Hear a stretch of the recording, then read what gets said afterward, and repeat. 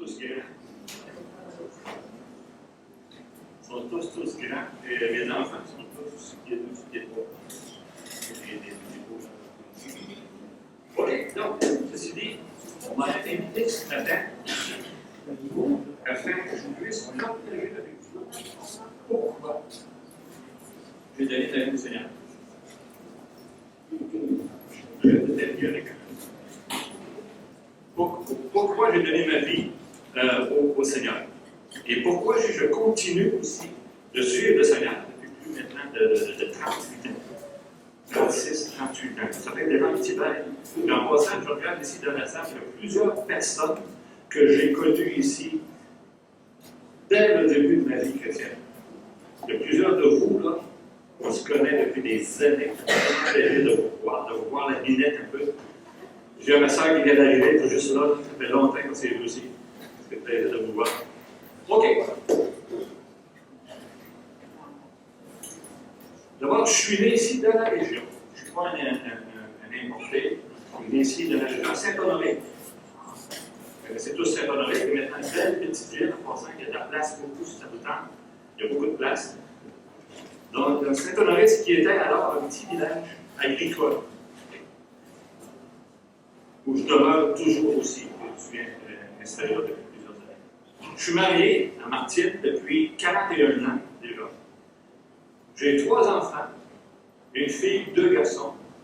J'ai 3 petits-fils et une petite fille de 2 ans. Donc, je suis encore dans le bon temps que mes petits-fils qui ont 4 à 6 ans. Donc, c'est vraiment formidable, c'est vraiment agréable. Voilà. Donc, comme la plupart de ceux de mon âge, okay, qui viennent de la campagne, j'ai connu une enfance heureuse. Une très, très belle enfance. Sans histoire, dans une famille nombreuse et aimante aussi. Ma mère a eu 18 enfants, donc 11 de vivants. Okay? Donc une belle famille heureuse, aimante. Des parents qui quoique catholiques, n'étaient pas pratiquants. C'était quelque chose d'assez rare en même temps. Surtout que moi, j'aspirais à devenir un prêtre.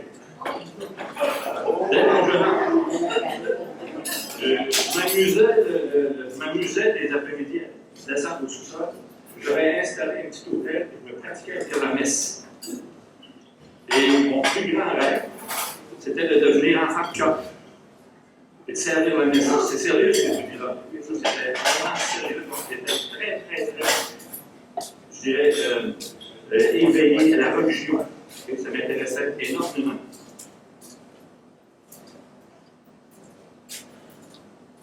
Donc, jusqu'ici, rien de vraiment d'insolite dans ma vie. Tout allait bien dans le meilleur des mondes. Les choses ont commencé à changer lorsque mes parents ont déménagé ici à Arvida. Je ne sais pas parce qu'Arvida, c'est une mauvaise place. Mais les choses ont commencé à changer là à Arvida quand mes parents ont déménagé. Dans le secteur anglais de la ville en plus. Mais dans ce temps-là, pour ceux de mon âge, on s'en souvient, il y avait le Carl Store, où on allait se battre avec les Anglais. On avait des sorties les vendredis soirs de bagarre. C'était dans ce secteur-là, donc elle était vraiment pas dans ma place. Et donc elle était la mise et la cible de beaucoup d'Anglais aussi. C'est là que j'ai appris mon anglais. Please don't do it! Anyway. Donc, changement de place, nouvelle école, nouveaux amis. C'est là que ça a commencé les amis. C'est là que les amis ont commencé. Entraînés par eux, et surtout, je pense, par le désir de m'intégrer au groupe, j'ai commencé à négliger sérieusement mes études, à commettre plusieurs mauvais coups avec eux autres, et qui ont été rapidement suivis après ça de petits vols qui nous ont emmenés, eux et moi, devant un juge de justice, un juge du cours de la Cour de la police, qui, après plusieurs remontrances, m'a placé devant un choix. Et là, ici, je pense que mon père était connivence avec eux. J'avais 16 ans, presque 17 ans. Comment tu savais que tu es un enfant? Donc là, le juge me dit, bon, maintenant, je te donne un choix. Soit tu t'en vas sur un dossier criminel, ou soit tu t'en vas dans l'armée.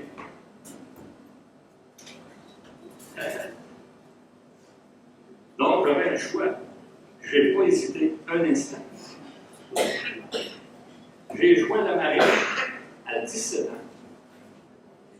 Bien heureux qu'on sort. Enfin, la grande vie.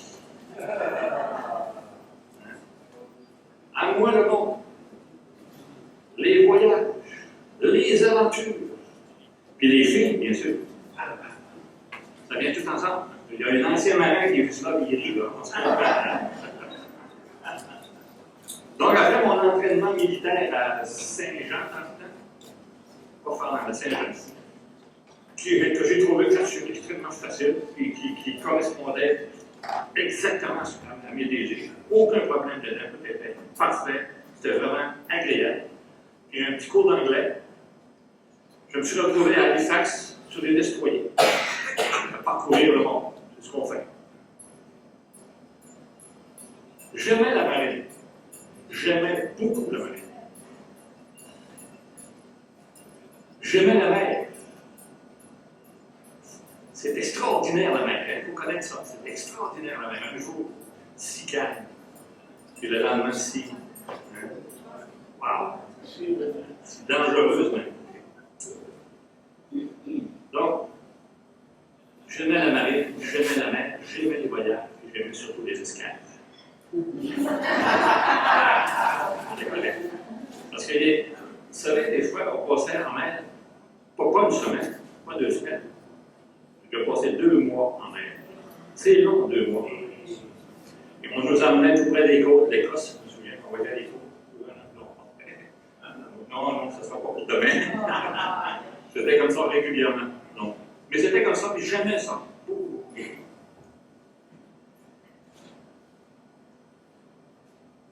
Encore une fois, tout allait bien dans le meilleur des mondes. Mais cette vie-là, que je croyais idyllique, au départ, ne l'était pas vraiment. C'était pas vraiment. Avec le temps, avec les années qui ont passé, je voyais bien, je comprenais bien que la vie de marin, ce n'était pas une vie normale. Et dans ma tête, moi, j'ai toujours voulu me marier. C'était quelque chose que je voulais faire.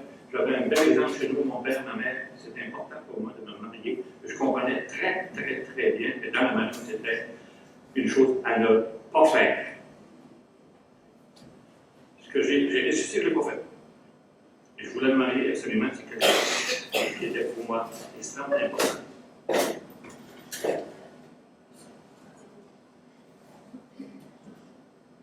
Donc, comme je vous ai dit, avec les années, j'ai bien que cette vie-là n'avait absolument pas de bon sens. Ce n'était pas une vie normale pour un homme qui voulait se marier. Je n'ai pas vous fait de dessin non plus. Ça n'avait pas beaucoup de sens. Le plus, on était toujours parti. Des fois, on partait 6 mois de temps par année. J'étais parti une année ou 8 mois. 8 mois partis de la maison, c'est 2 pour une femme. C'est dur pour le mari aussi. Je ne veux pas des dessins. C'est une réalité dans la communauté. Donc, toujours parti.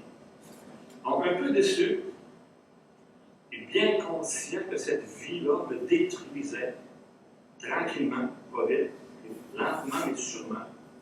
Arrivé à mon terme d'engagement, je n'ai pas voulu signer à condition qu'il me transfère sur une base. J'aimais l'armée, j'aimais ça. Encore aujourd'hui, je suis retourné voir mon garçon à Kingston, et quand je suis arrivé sur la base, j'étais chez vous. Il n'y a pas un chat qui avait pu penser que je n'étais pas militaire. Je suis resté comme ça. Depuis que je suis tout petit, chez nous, on avait l'avant-garde. Vous avez connu ça, les gardes provinciales? J'ai fait l'avant-garde. J'ai fait la garde. J'ai fait le cadet. J'ai fait la réserve. Et j'ai fait la marine. Vous comprenez, c'était ma vie. Et j'étais très bien dedans.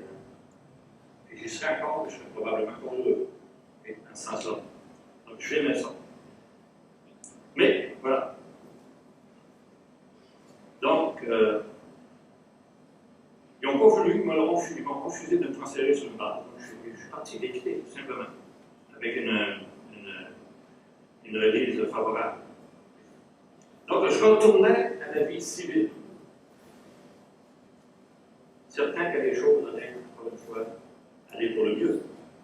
Je changeais de contexte, enfin, pour pouvoir avoir une vie plus normale. Mais les choses ne sont pas si simples que ça. C'est pas si simple que ça. Ma vie, mon retour à la vie civile fut très, très difficile pour moi. Très difficile. J'étais un militaire dans l'âme et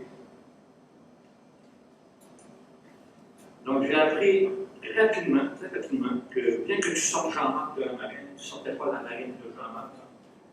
Okay. Donc les mauvaises habitudes, on avait dû très dur des fois. Surtout que j'étais habitué à constamment voyager, constamment partir, voyager. La vie sédentaire me mangeait, me tuait à petits coups. Je m'ennuyais tellement de partir. J'allais des fois à tel ou sac, puis j'en regardais partir un bateau sur le fleuve.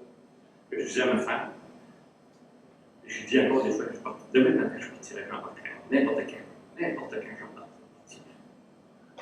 C'est encore au même aujourd'hui, après tant d'années, ça demeure dans notre rêve. Donc, la vie sédentaire, ça ne me convenait absolument pas. Je me sentais comme lié, attaché en prison. Ça me pesait extrêmement lourd. Donc, j'étais malheureux, en fin de compte. J'ai un homme malheureux. C'est à cette même époque-là que j'ai rencontré celle qui sort sa femme, Martine. Une belle brune. De plus, c'était la fille de mon patron d'alors. Donc, il y avait peut-être un héritage, ou quoi, tout ça pas. C'était encourageant.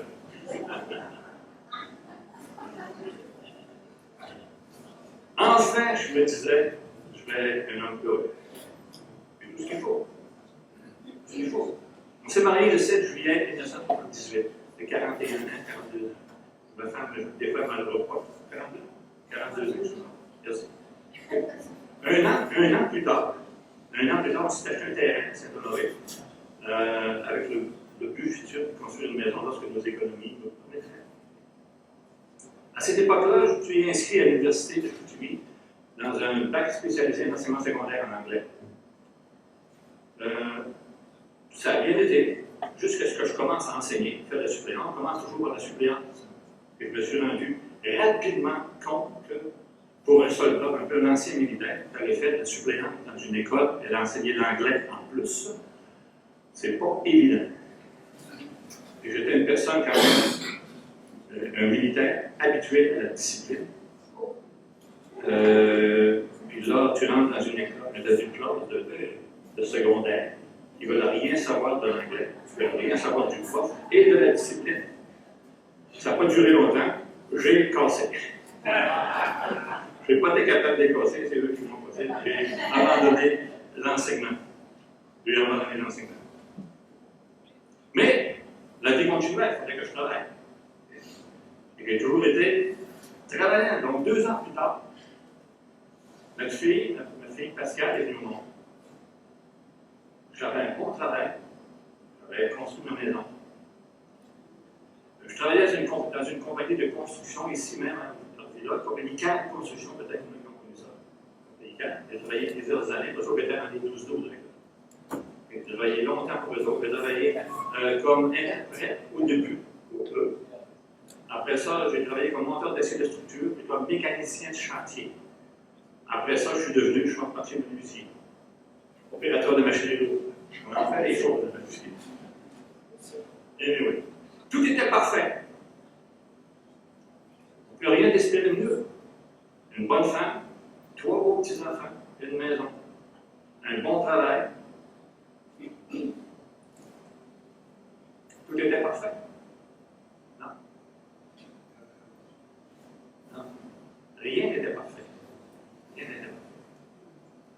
J'avais beau me répéter que j'avais tout ce qu'il fallait pour être heureux. Ce qui était vrai jusqu'à un certain point, c'était vrai. Je me sentais constamment peinturé dans un coin. Comme lié, attaché, incapable comment je pourrais dire ça, de m'émanciper hors de ces choses-là. C'est difficile à décrire. C'est alors que j'ai commencé à boire. C'était une habitude, je vous dis, qui venait du passé, dans la marine, quand tout est duty free, quand on avait notre tot, vous avez pas connu ça, la tot, vous avez connu ça, la tot. On avait notre tot tous les la chaleur du dîner. Et la tot, c'est une portion de rhum. Et quand c'est ta fête, j'ai fêté ma fête de 21 ans sur le bateau, juste près de Scotland, en Europe. On a des rock bosoms. Les rock bosoms, ils partent avec un club, ils font le tour de toutes les messes complètes. Là, ils vont voir tout le monde. Là, il dit, c'est la fête à Jean-Marc. Donne-tu du rhum. C'est la fête à Jean-Marc. C'est la fête à Jean-Marc. Ça, c'est qu'ils font le tour de tout le bateau. C'est comme ça. Quand tu te ramasses dans ton messe, là, tu n'as pas ta petite tote. Tu as ta grosse tote. Cette journée-là, il y avait moi, il y avait un de mes confrères de bateau à qui c'était la fête. Il y avait aussi un Québec, un maître Québec, qui, les trois étaient passed out sur le deck. Sur le passed out, sous-mort sur le plancher. OK? Ça, c'était sur le bateau. Mais c'était comme ça. Okay? Les mauvaises habitudes viennent de loin. Donc, j'ai recommencé à boire. Puis, de façon très déraisonnable. Très déraisonnable. Donc, j'étais de moins en moins à la maison. Je laissais Martine, qui était enceinte d'Alexandre, okay, notre deuxième fils, je lui laissais tout le fardeau de la maison. Et plus. Et je n'aime pas parler de ces temps-là, mais je sais qu'il faut que j'en parle. C'est pas pour m'englorifier du tout, j'en ai honte. J'ai vraiment honte de ça. Il n'y avait rien de glorieux là-dedans. C'était triste.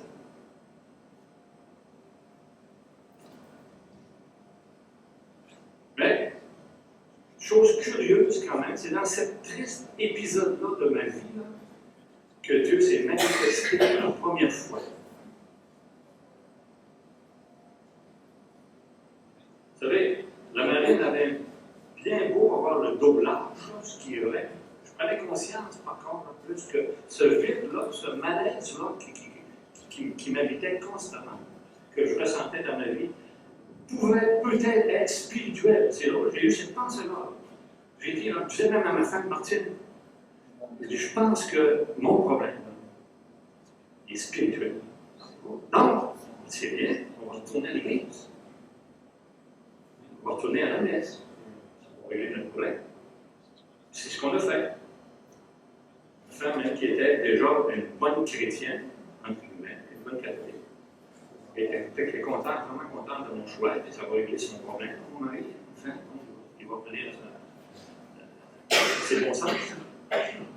Donc, j'ai commencé, pour combler ce vide-là, j'ai commencé à aller à la messe, tous les dimanches, en espérant que, justement, ce vide-là soit ce compte. Mais il ne se comblait pas. Je me souviens, j'allais à l'église avec des bonnes intentions, à me faire consoler, me faire remplir.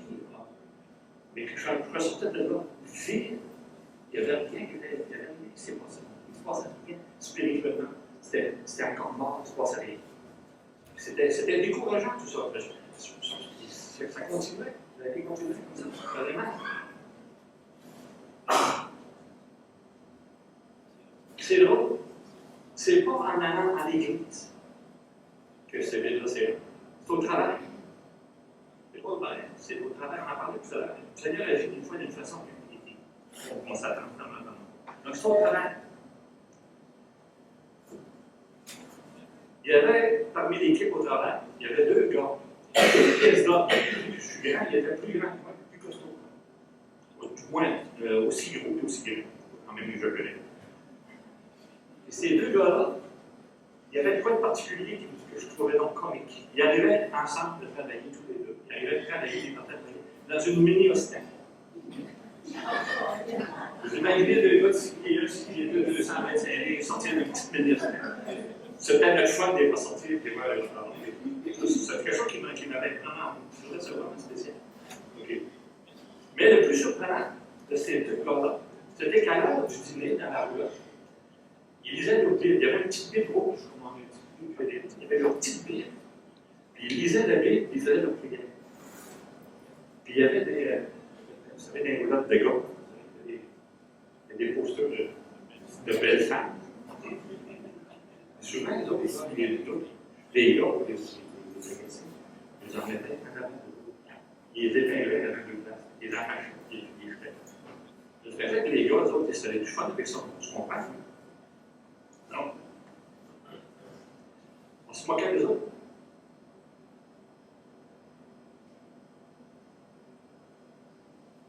Mais ça ne décourageait pas. Bien, au contraire. Au contraire. Il n'y avait pas honte. Il n'y avait pas honte de parler de Dieu. Puis moi, qui était passé pour le méchant en gang, le plus tough, le plus dur, le plus faible. Parce que c'est eux autres, plus tard, qui me dit Gaston, nous qui connaissons Gaston. Gaston, il me dit, tu vois là, et on parlait ensemble, on disait, on ne parlera pas de notre temps avec petit. C'est un ancien marin, c'est un drunk, c'est un ci, c'est un son. On ne parlera pas de notre temps, jamais qu'il va venir aux États. Gaston disait ça, ça fait pas longtemps qu'il dit au bon, c'est pas spécial.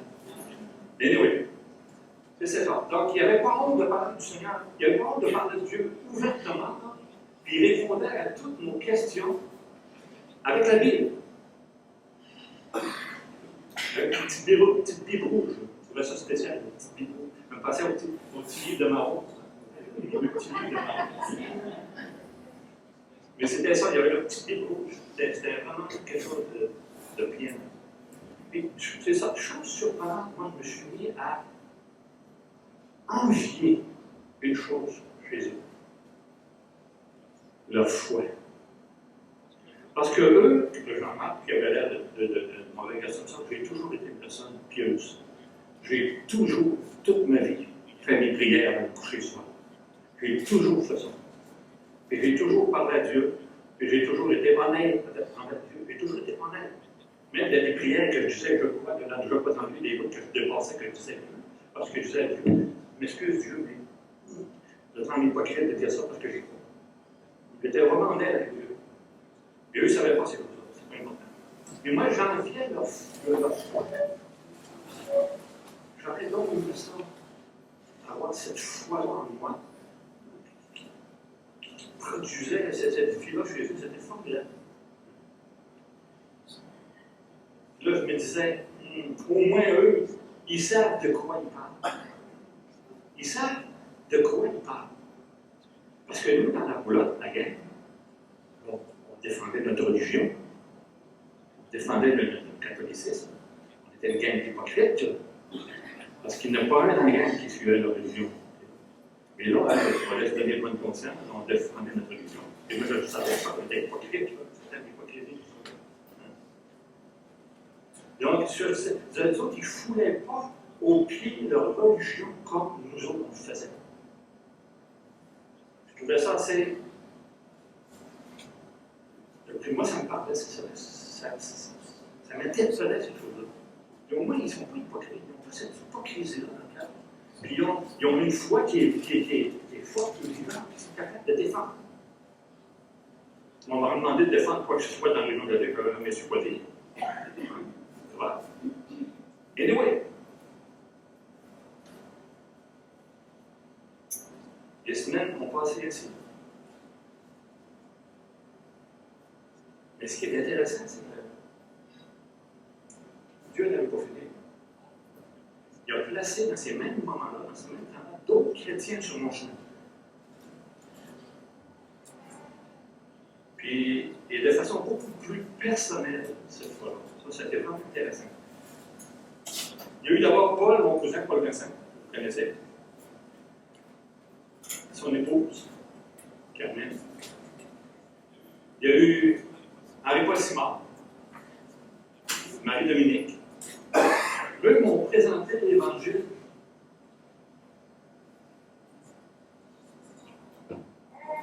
Je vais juste compter cette lettre.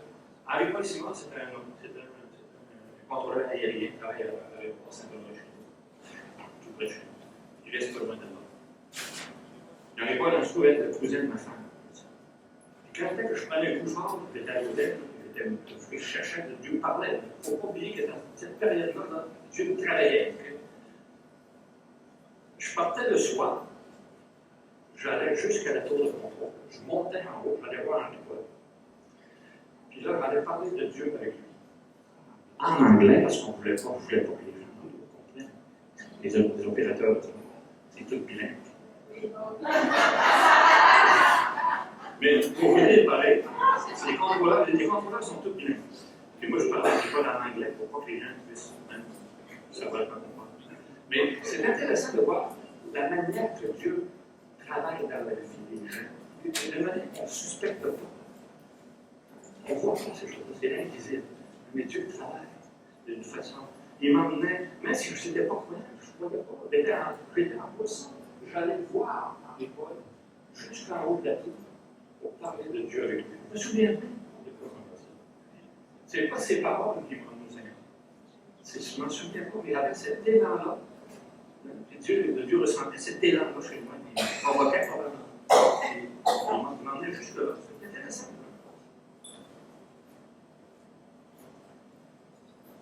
Donc, je vous ai dit, le temps passait, mais je continue à voir. C'est dans cette période-là que je viens de vous raconter cette petite anecdote. Donc, j'ai dit, Dieu est bras long. Et quand Dieu appelle, qui peut résister? Ça, c'est vrai. Quand Dieu appelle, qui peut résister? Personne ne peut résister. Personne. Les discussions que j'avais sur Dieu, puis le témoignage de ces personnes-là, me laissait absolument pas indifférent. Absolument pas indifférent. Bien au contraire. Bien au contraire. Vous savez qu'est-ce qui est marqué dans Ésaïe 55-10, les paroles de Dieu, comme la neige, c'est exactement ça. Les paroles que j'ai entendues, les versets qui m'ont été dit, les témoignages que j'ai reçus de ces gens-là, produisaient leur effet dans moi. Tranquillement, pas vite, que je ne comprenais même pas. Mais ils allumaient, ils ont causé une brèche dans mon cœur, dans ma vie, qui permettait à cette parole-là même de rentrer encore plus profondément et d'accomplir son œuvre dans ma vie. Il y avait aussi un verset que j'avais lu, que j'avais aimé énormément beaucoup, concernant la Samaritaine. Ce verset-là était, en fait, on va le lire, parce que on va le lire dans Jean 4, 13, 14.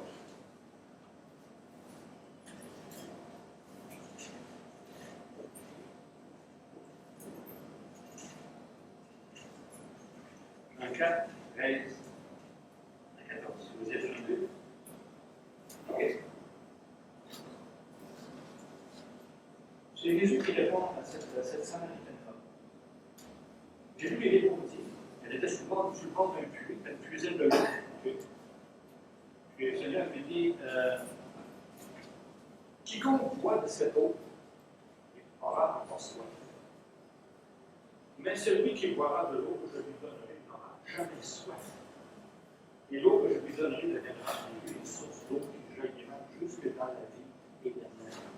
Puis ça, là, c'était un verset à laquelle je pouvais facilement m'identifier. Facilement m'identifier. C'est ce que je cherchais. Je me souviens, j'étais à Velquin, je travaillais à Velquin pour 4, je allais me revoir, j'allais boire à la fontaine. Et quand je buvais à la fontaine, ce verset-là me revenait. Chaque fois que j'allais boire de l'eau, ce verset-là me revenait en mémoire. Celui qui boit de ce tour encore soif. Et celui qui boira de l'eau, je lui donne jamais soif. Puis j'avais compris de quoi il parlait. Je comprenais, c'était plus une question de compréhension, c'est une question d'abandonner, d'accepter, de prendre possession de ces vérités. Donc ça me travaillait énormément, ces choses-là. Et je vous dis que je désirais vraiment avoir cette opportunité. Je la désirais, c'est ce que je cherchais. Je me rendais compte que ce vide-là, que ce malaise-là, que ce mal de vivre-là, c'était ça. Je commençais à comprendre que c'était ça. Je n'avais pas tort en ayant, je n'avais pas eu tort de commencer cette série-là. Je n'avais pas eu tort. J'avais pris le mauvais chemin, j'étais dans la mauvaise direction. Mais le Seigneur le savait. Le Seigneur avait besoin probablement de m'emmener là pour me faire comprendre des choses. Donc, j'étais fatigué de chercher la paix. Ça dure plusieurs semaines. Ce n'est pas une chose qui se passe dans une semaine, 2 semaines, un mois. Ça fait des années qu'on vit avec ces choses-là. Puis vous autres aussi, je ne sais pas si vous connaissez tous le Seigneur, mais on a tous des vies, on a tous des combats et des interrogations dans nos vies à laquelle on ne peut pas répondre, puis on ne connaît pas les réponses qu'on cherche. Pour moi, c'était extrêmement important de régler ce problème-là par j'étais un homme malheureux. J'étais malheureux. On cherche dans toutes sortes de directions de l'homme sain, les voyages astrales, la métaphysique, on fait toutes sortes. Et on ne trouve rien. Donc j'étais fatigué de toujours chercher, toujours chercher.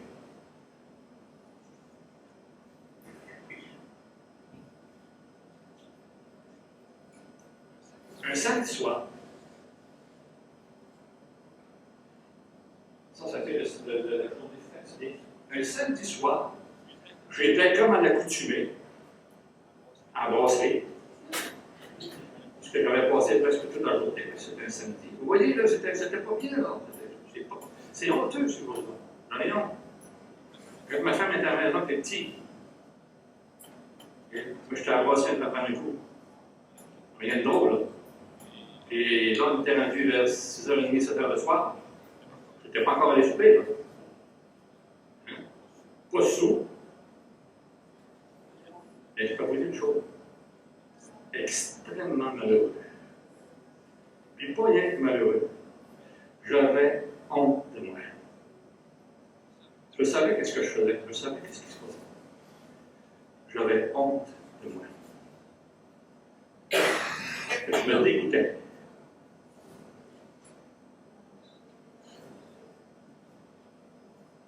Je me souviens, à la table où j'étais assis, une grosse bière, tout ça.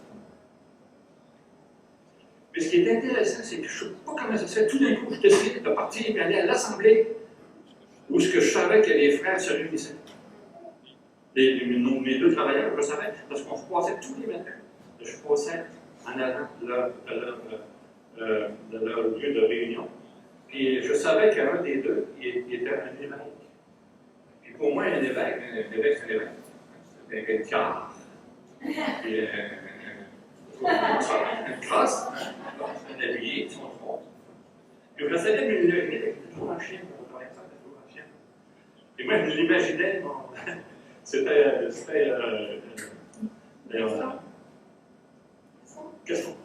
Gaston, que j'imaginais comme ça, je ne sais pas comment. Puis, anyway, j'imaginais comme ça. Je savais qu'il se réunissait là. Et ce samedi soir-là, dégoûté, véritablement dégoûté de moi-même, je décide, je saute dans mon corps, et je décide d'aller là. Le samedi soir, il n'y a rien. Là, en tout cas, dans le temps, il n'y avait absolument rien, samedi soir.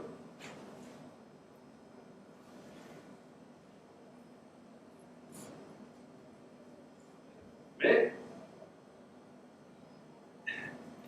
Dieu veut toujours nous surprendre. Ce soir-là, il y avait quelque chose.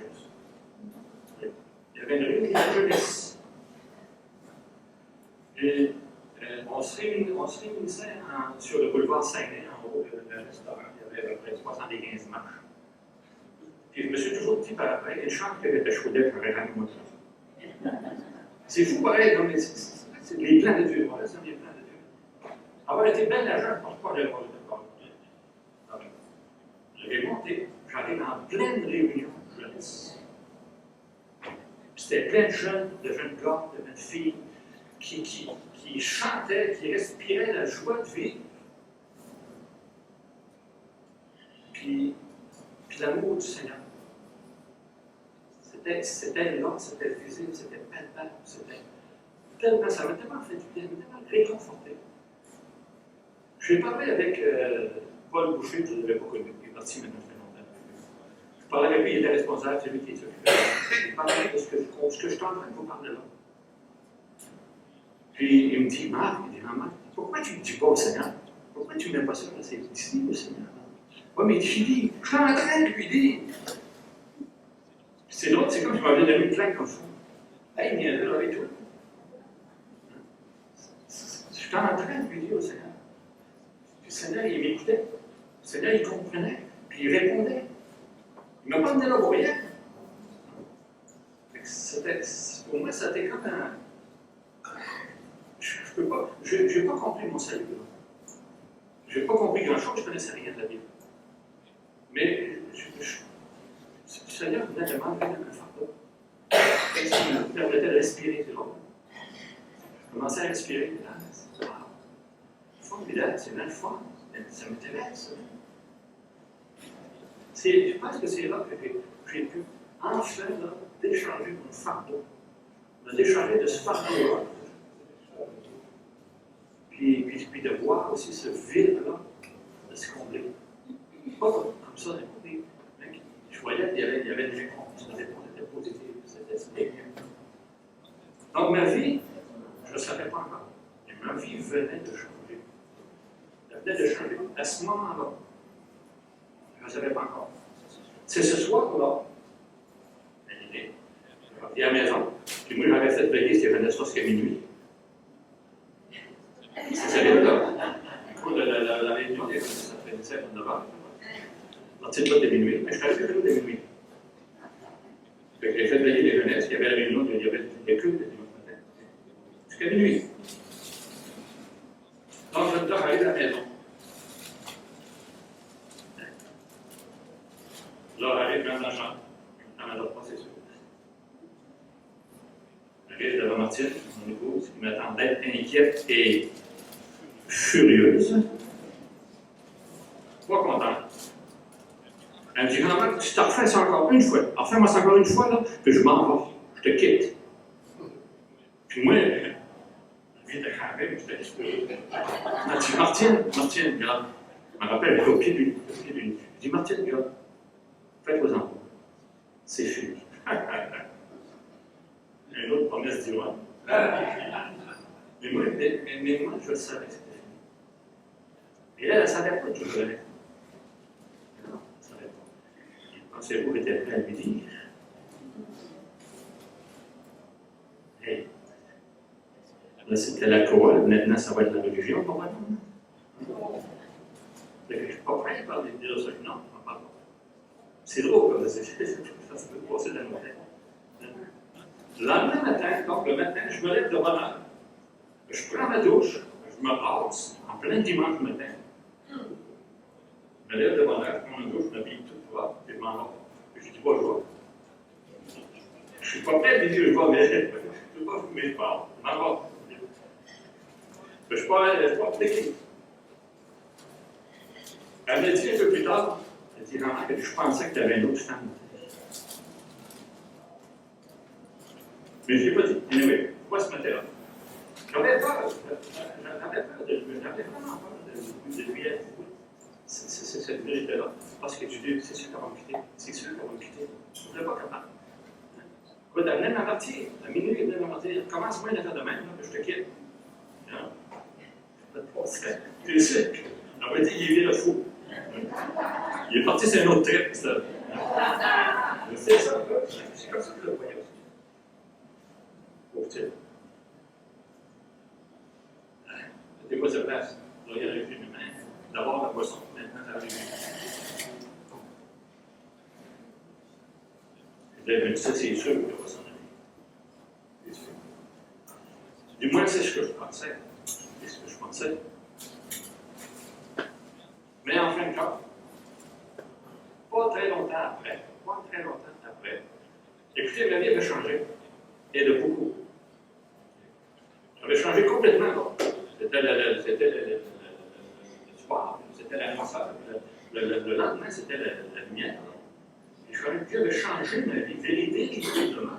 Elle ne me connaissait plus. Puis pas parce que j'ai prêché la parole de Dieu, que je n'enseignais pas. Je ne connaissais pas la parole de Dieu, je commençais à l'année. Mais ma vie avait changé. Puis ça y parlait énormément. Ma femme m'a aussi appelé pour raconter dans son quotidien. J'ai racheté la famille. C'était marqué « Je suis le chemin de la vie ». Puis elle disait, je faisais la vaisselle le soir, puis je disais au Seigneur, Seigneur, montre-y donc le chemin. Ouais, elle disait ça, Seigneur, montre-y donc le chemin de maman. Puis moi, j'avais ça, je ne savais pas le mettre. Je le mettre, je l'avais juste en avant de l'évier, côté de Dieu. Elle fait la vaisselle, elle disait ça, Seigneur, montre-y le chemin, elle met les yeux dessus. Seigneur, je suis le chemin. Elle, pour elle, ça a été, elle aussi, c'était une révélation pour elle. C'était vraiment formidable. Mais c'est pas là quand même qui s'est passé la chose la plus importante pour moi. Je suis mis à lire la Bible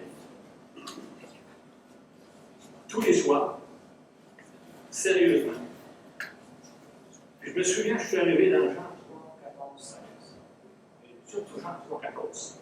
Pour moi, c'était Jean 3, 16, c'est Jean 3, 14. Jean 3, 14, ça dit quoi? Et comme Moïse est devant la serpent dans le terre, il faut de même que les fils de l'homme soient élevés. Vous comprenez pas? Je vais dire, merci que je vous ai avec ça. Et quand j'étais petit, quand on allait à l'école, ils nous donnaient des images simples. Souvent, on avait l'image du serpent. Moi, je me dis, ça me rappelait de l'image du serpent. Qu'est-ce que j'ai fait? Là, je suis allé voir dans l'ombre. Et là, j'ai lu l'histoire du serpent des reins. Et croyez-le ou non, j'ai compris toute la typologie de ce savoir complet. J'ai compris que le serpent, c'était le péché, que le péché piquait le monde, que le monde mourait, qu'il pourrait se sauver, il avait juste tourné vers le serpent des reins, qu'il allait guérir. J'ai tout compris ça. Puis là, je vais voir ma femme, et je dis, Martine, lis ça, Martine, ça se peut pas, lis ça. Je fais ça.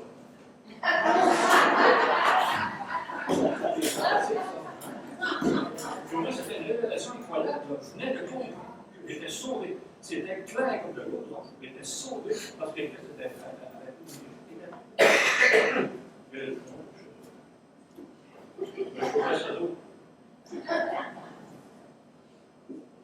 c'est intéressant quand même.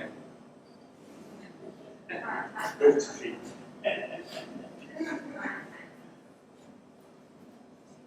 En tout cas. Seigneur est grand, frère. Seigneur est fort. Vous savez, Dieu a fait de moi une nouvelle personne. On parlait tantôt, on parlait pendant on s'est rendu compte qu'on a fait tous les deux du karaté. J'ai enseigné le karaté. J'étais un batailleur aussi. J'étais un ancien marin. Quelqu'un qui fait des bagarres au couteau. Un moyen grandement, comme on dit. Le Seigneur a changé ma vie tout autour. Tout autour.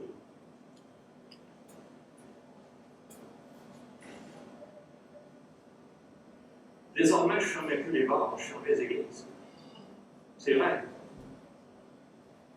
On ne manquait pas de réunion. On était vraiment serrés pour le Seigneur. Le Seigneur a changé nos vies. C'était wow, c'était incroyable ce que Dieu avait fait. Comme je vous dis, le vendredi, je suis parti de la gloire, le vieux Jean-Marc. Quand je suis rentré le lundi matin, le nouveau Jean-Marc, je ne connaissais rien. J'avais lu l'agony de notre planète Terre. Le moyen monté. Je réussis sa job, le nouveau Jean-Marc. Mais je peux vous dire une chose, tout le monde, sa job, ont su que j'étais le nouveau Jean-Marc. Le lundi matin. Je ne connaissais rien de la Bible. J'ai commencé à témoigner, j'ai témoigné plus dans la première année de ma vie chrétienne, quand je connaissais à peu près rien de la Bible, qu'encore peut-être les dernières années de ma vie. C'est incroyable. Parce que le Seigneur, on était zélés pour le Seigneur. Même si on ne connaissait rien, on en connaissait assez pour défendre notre foi et être solide de notre foi. Le Seigneur nous accompagnait. On ne savait pas comment aider, rien pour voir le Seigneur, le Saint-Esprit va parler pour nous autres. C'était vraiment formidable. Et quelle paix! J'avais enfin, comme je vous ai dit résolu que j'étais, je devais un homme résolu. Transformé. Enfin, la paix de Dieu transforme ma vie. J'avais fini de le vivre, j'avais fini de ces recherches inutiles, infructueuses dans ma vie, fini les incertitudes, fini la honte, fini la culpabilité aussi. Ça m'a dégagé d'un poids incroyable. Vous savez, les paroles de Jésus dans Matthieu 28 qui dit venez à moi, tous qui êtes fatigués, prenez tout le sens. Venez à moi, tous qui êtes fatigués, je vous donnerai. Prenez mon joug sur vous, recevez mes instructions. Je suis bouillon de l'écart, et vous trouverez le repos pour vous. C'est vrai. C'est vrai, c'est pas vrai. C'est vrai. Venez à moi. Venez à moi. Et je vais vous donner ce que vous recherchez de toutes vos forces, de ce que vous voulez pour vous vivre. Venez à moi, je vais vous les donner. Pas que c'est mystérieux, c'est magique, mais ça se fait comme ça, c'est pas ça. Et Dieu prend vos fardeaux. Dieu vous les montre. Dieu vous montre qui travaille. Dieu vous montre qui vous aime. Et Dieu, il vous le montre par des agissements dans vos vies. Puis il transforme votre vie. Quelle paix, quelle grâce. Voilà. Enfin, j'avais trouvé le repos que je cherchais depuis tant d'années que cela venait de Dieu. Ce bien que je ressentais qui était spirituel. Mais le travail de Dieu dans ma vie n'était pas fini encore. Il n'avait pas fini avec moi.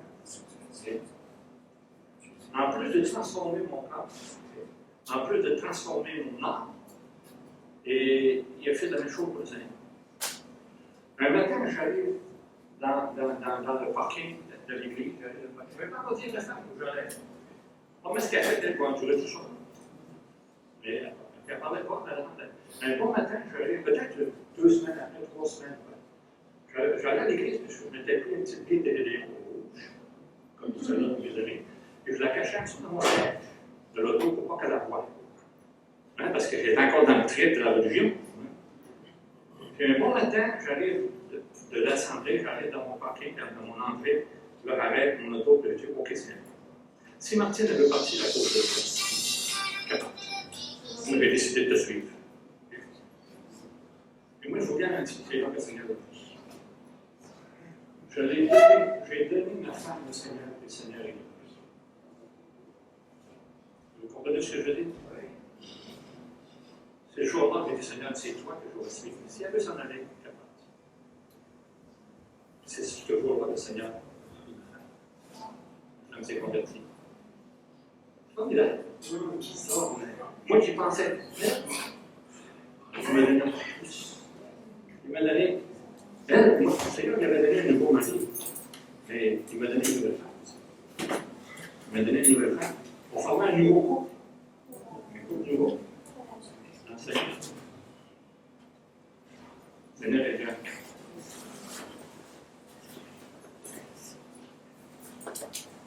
Et de plus, encore une fois, il n'avait pas encore fini avec moi. Il n'avait pas fini. Je m'impliquais beaucoup dans mon assemblée, dans notre église, énormément. Et j'étais, comme la plupart des jeunes chrétiens, je mangeais la parole de Dieu, je voulais en connaître beaucoup. Donc, il ne passait pas une formation, des cours que je ne prenais pas. Donc, j'ai pris à peu près tous les cours qui ont pu se donner chez nous par les professeurs de l'Institut biblique de Bethel qui descendaient, si vous vous en souvenez peut-être, de Michel, tu veux t'en souvenir, Michel? Oui, Michel, à part ça, il a travaillé pour moi. Donc, aujourd'hui, il enseigne, il était un bon patron. OK. Donc, le Seigneur a travaillé dans ces choses-là. Plus j'apprenais de lui, plus ma foi grandissait, devenait solide. Et plus ma paix augmentait. ce grand vide qui m'habitait auparavant, c'est plus qu'un souvenir. C'est plus qu'un souvenir. C'est ce que je vous ai raconté. Un souvenir. Et du fil en aiguille, lentement, tranquillement, le Seigneur me montrait sa volonté pour ma propre vie, pour ma vie. Aujourd'hui, moi, je sers le Seigneur comme ancien de mon assemblée depuis 25 ans. Que je suis à plein temps à l'œuvre du Seigneur depuis 16 ans maintenant. Dès que j'ai pris ma retraite à la construction.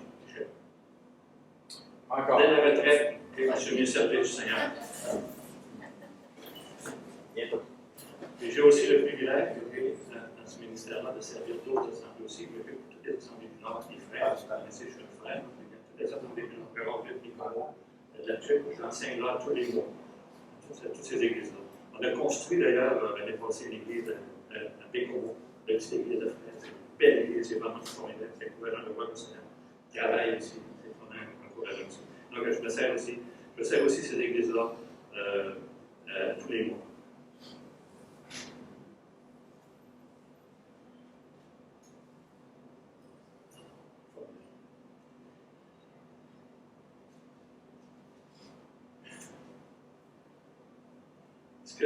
Ce que je peux vous souligner ici dans ce témoignage-là, c'est que ce qui me réconforte aussi pleinement, et qu'il n'y a rien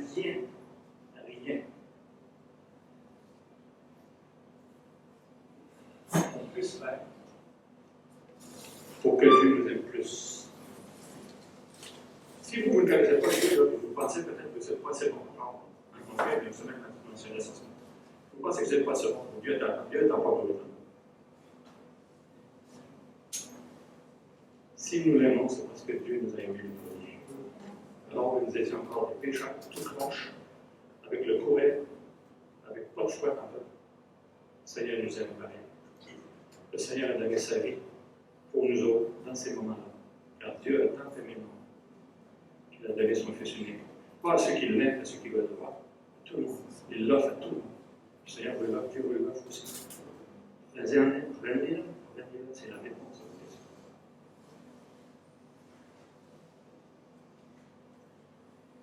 Puis il y a une autre, encore meilleure chose. Je dis qu'on peut faire pour que Dieu nous aime plus. Il n'y a rien qu'on peut faire non plus pour que Dieu nous aime moins. Donc, si des fois vous êtes dans des mauvaises passes, vous êtes un peu comme moi, honteux, malheureux, vous vous dégoûtez peut-être de ce corps que vous avez. Si vous êtes dans cette situation-là, Dieu vous aime pareil. C'est dans ce moment-là que Dieu nous appelle souvent. Que Dieu se fait connaître. Hey, là avec toi, je suis là. Il y a espoir. Je t'aime. Je t'aime d'un amour éternel. Et nous sommes aimés de ça. Nous sommes aimés de façon. On n'a pas été. Nous, on aime comme des hommes. Tu vas t'aimer si tu m'aimes. C'est nos sentiments. Le Seigneur, il ne fait pas les sentiments. Le Seigneur a décidé de nous aimer une fois pour toutes. Et c'est Dieu pour nous maintenant qui sera. Même pas nos autres mains. Même pas nos sentiments. Même pas nos paroles, nos craintes, nos doutes. Dans tous ces jours, on est plus qu'avec eux.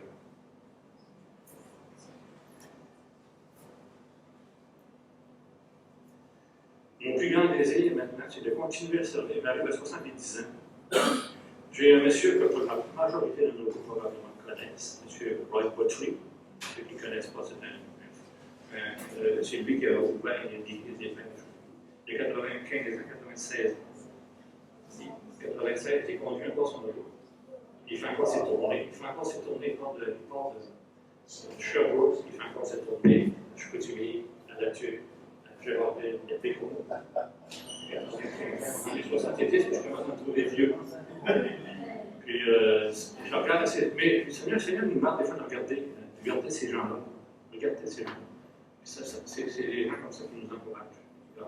J'ai 70 ans, je suis un petit peu pas vieux encore assez solide, je suis pas encore trop débile, on dit, encore un peu de mémoire. Donc, je peux continuer à servir le Seigneur, c'est mon vœu aussi. Continuer à être utilisé et à être utilisable par Dieu pour son œuvre aussi, c'est mon espoir. Et ce que je voudrais terminer avec ici, c'est que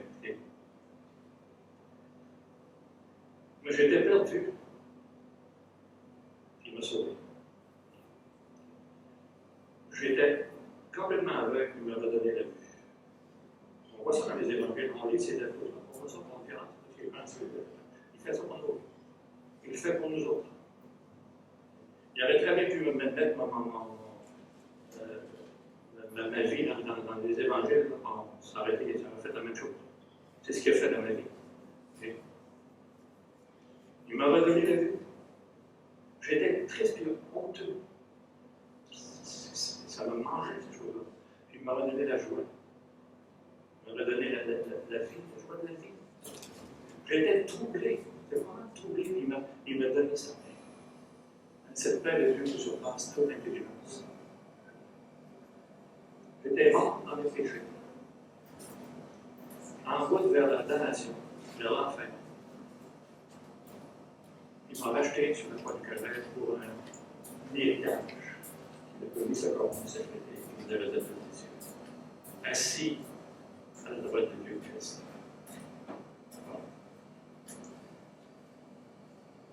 Donc, mon plus grand désir encore, c'est de mieux le connaître encore. Et quand je vous dis de mieux le connaître, ce n'est pas une question de mieux le connaître parce que je veux être plus intelligent et en connaître plus de lui. C'est de mieux le connaître pour que ma vie soit de plus en plus conforme à sa volonté dans ma vie. Devenir des hommes à la stature parfaite de Christ. C'est notre désir. Que nos vies soient encore de plus en plus conformes à sa volonté. Je veux essayer de continuer à servir fidèlement jusqu'à son retour glorieux, qui espère va arriver à son temps. Je ne me suis pas mouillé. Il décidera vite. Dieu décidera. Mais il va arriver certainement. Donc, mes amis, aujourd'hui, peut-être si vous ne connaissez pas le Seigneur, le matin, là, il cogne à votre cœur. Il cogne à la porte de votre cœur. Si vous entendez sa voix, endurcissez votre cœur. Perdez pas du temps de vous endurcir, parce que vous perdez du temps. Parce que s'il appelle, vous ne pouvez pas y résister. Endurcissez pas vos cœurs. Ouvrez la porte. Il va rentrer.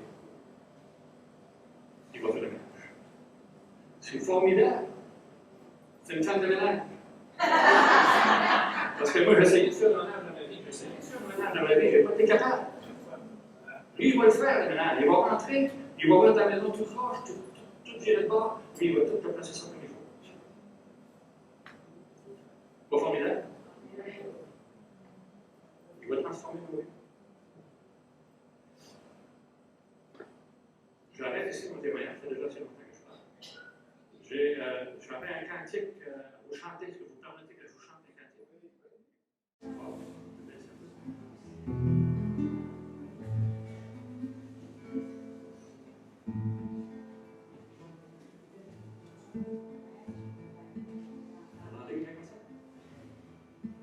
Oh, prends mon âme, prends-la, Seigneur, et que ta flamme brûle en cœur. Que tout mon être vibre pour toi, sois seul mon maître, chef de ma foi. Source de vie, de bel amour, vers toi je crie la nuit le jour. Entends ma plainte, sois mon soutien, calme ma crainte, sois mon Seigneur. Ma perfide, ouvre-moi, viens, sois mon guide, chef de ma foi. Quand la nuit froide tout à mes yeux, sois mon étoile, brille les cieux. Source de vie, de bel amour, vers toi je crie la nuit le jour. Entends ma plainte, sois mon soutien, calme le matin de toi, mon Seigneur. Voici l'aurore d'un jour nouveau, le ciel se donne de ce plus beau. Jésus s'apprête pour croire gémir, le vent nous fait, il va venir. Source divine d'amour, vers toi je crie la nuit le jour. Entends ma plainte, sois mon soutien, car le matin de toi, mon Seigneur.